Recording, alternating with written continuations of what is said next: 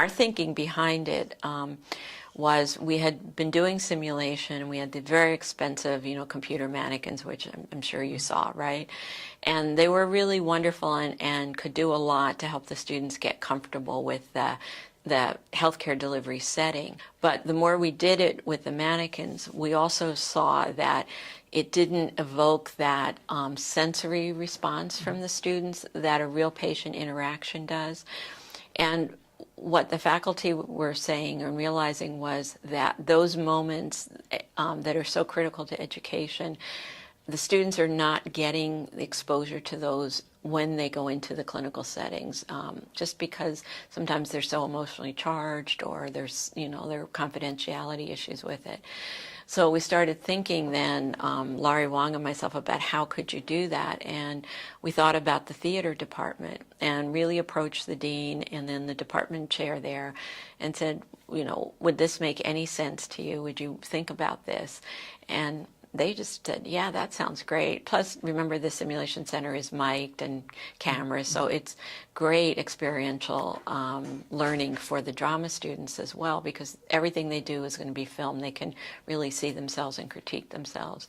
So Laurie really took it from there. Then there's a great graduate assistant who came in and brought in the students, and they worked together and wrote common and highly charged scenarios, and then had the students start, both the drama students and the nursing students, work them out. And I have to say, having observed them, that it's incredibly powerful. And what I see when I see the students in it is that every one of their senses is engaged. You can't be passive, or you can't be focused on one piece, right? You're looking, you're feeling, you're hearing, you're getting the verbal, but you're also getting all the nonverbal pieces. And when they evoke then emotion in the student experiences in a controlled setting the sense of, oh my gosh, this is, I'm scared, or, oh, look at it, the person's crying, what am I going to do? I don't want to be too cold, but I don't want to fall on the floor either, crying with them, right? And for most of us, my generation, we just had to learn that on the go. And, sometimes you found you were good at it and sometimes you weren't. And you didn't have any way to process it as well, because that's as important. And then being able to say, gosh, I really felt terrible and I was paralyzed and I couldn't do anything. When you debrief that then with a faculty member who says, that's how everybody feels the first time you're in a room when a cancer diagnosis is given, then then you can start to talk it through and say, well, look at yourself. You may have felt like this, but you looked calm. I see you as having been very reassuring. Would you, want to do it again? So I think it's those, and those are high-risk situations as well.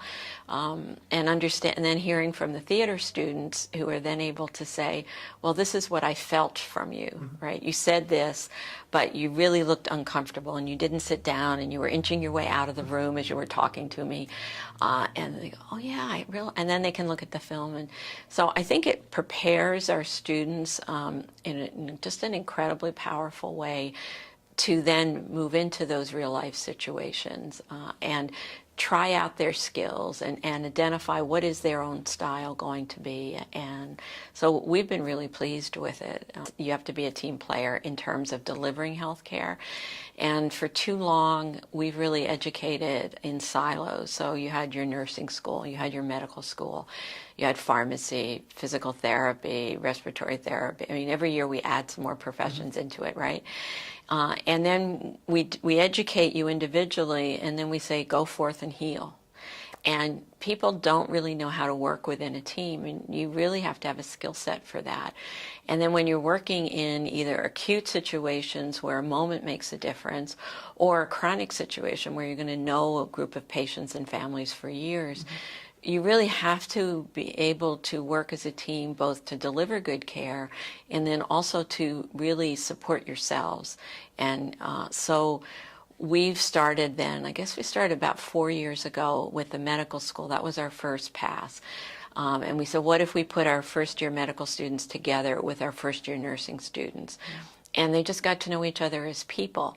And we've just grown from there. And what we also learned out of that is that each discipline has preconceived notions of the other, which was fascinating before they've even gotten into a clinical setting with each other.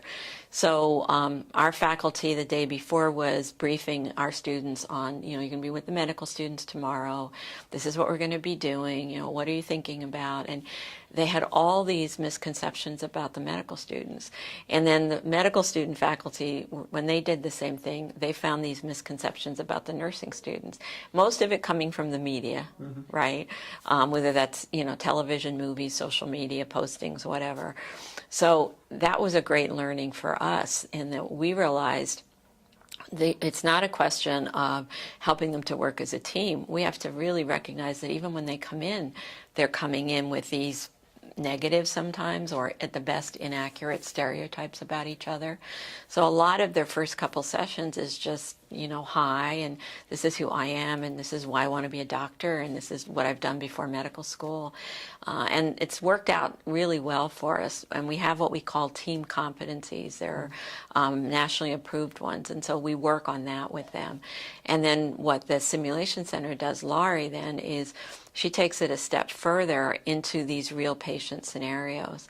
So each time she's done it, more and more disciplines are coming to us and saying, can we be part of it? So this was the first time the pharmacy school at Hilo actually videoed in and were part of the scenarios, and it went really well. So we're having, I think, a really good experience with it, and we'd like to do more, and I think we will. We're going to continue to do more as well.